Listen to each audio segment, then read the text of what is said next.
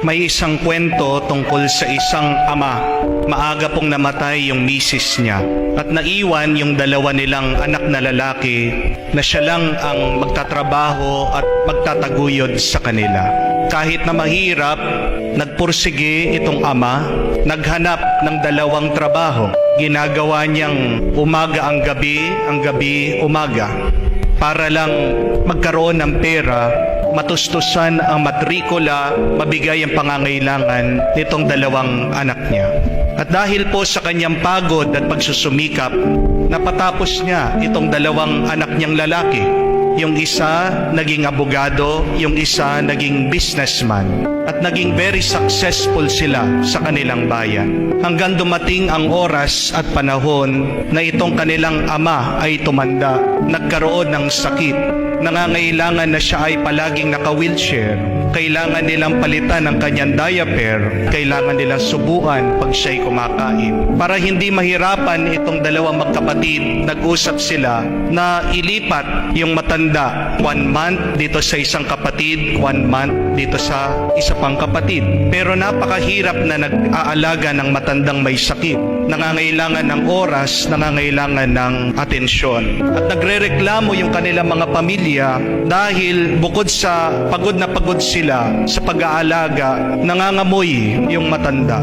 At pag siya ay kumakain, natatapon ang pagkain, nangangalat siya sa bahay. At para sa pamilya nila, isa siyang pabigat. Dahil very successful, napaka-busy ng dalawang magkapatid, nararamdaman na rin nila yung pagod, pag-aalaga, pag-aaruga ng kanilang ama. Pag nagkakasakit, kailangan nilang dalhin sa hospital. Dahil sa kanyang sakit, kailangan nilang bumili ng mga gamot.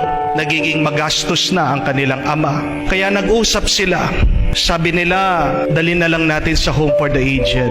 Kasi nakakapagod na. Hindi na natin kaya ito. Kaya nga, isang araw, sinabihan nilang ama nila, "Tay, may pupuntahan tayo." Hindi po kumikibo. Sinakay nila at hindi nila sinasabi na siya'y dadalhin na sa home for the aged. Iiwan na doon. Sa biyahe, walang imik, tahimik. At nung malapit na sa home for the aged, nakakita daw itong matanda, isang tulay. At sinabi niya sa kanyang mga anak, "Nak, tigil niyo yung sasakyan." "Bakit pa?" Sabi nila, "Nagmamadali tayo eh. Meron tayong pupuntahan." Sumagot yung matanda, "Mga anak, tigil niyo sandali." Tinigil nilang sasakyan at sabi ng matanda, "Baba niyo ako." Nagmamadali yung dalawa, pero nagagalit yung matanda. Sabi niya, "Baba niyo ako." Walang magawa, pinuksan nila ang pintuan, binaba nila yung matanda, naka-wheelchair. At sabi ng kanilang ama, "Tapon niyo na ako.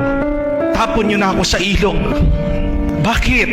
Sabi nila, "Kala nyo hindi ko alam. Pero alam ko, iiwan nyo na ako sa home for the aged. Kasi nagiging pabigat ako sa inyo. Tapon nyo na lang ako. Patayin nyo na lang ako."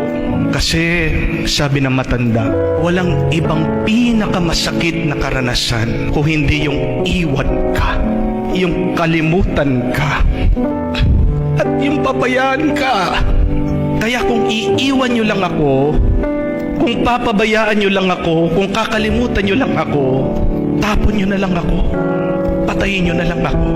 Kasi ako, ginawa kong lahat para sa inyo. Hindi ko kayo kinalimutan, hindi ko kayo pinabayaan. Pero kung ito lang ang gagawin nyo sa akin, mas maganda nang pumanaw na ako para tumahimik na ang aking buhay. At ito pong dalawang magkapatid, umiiyak.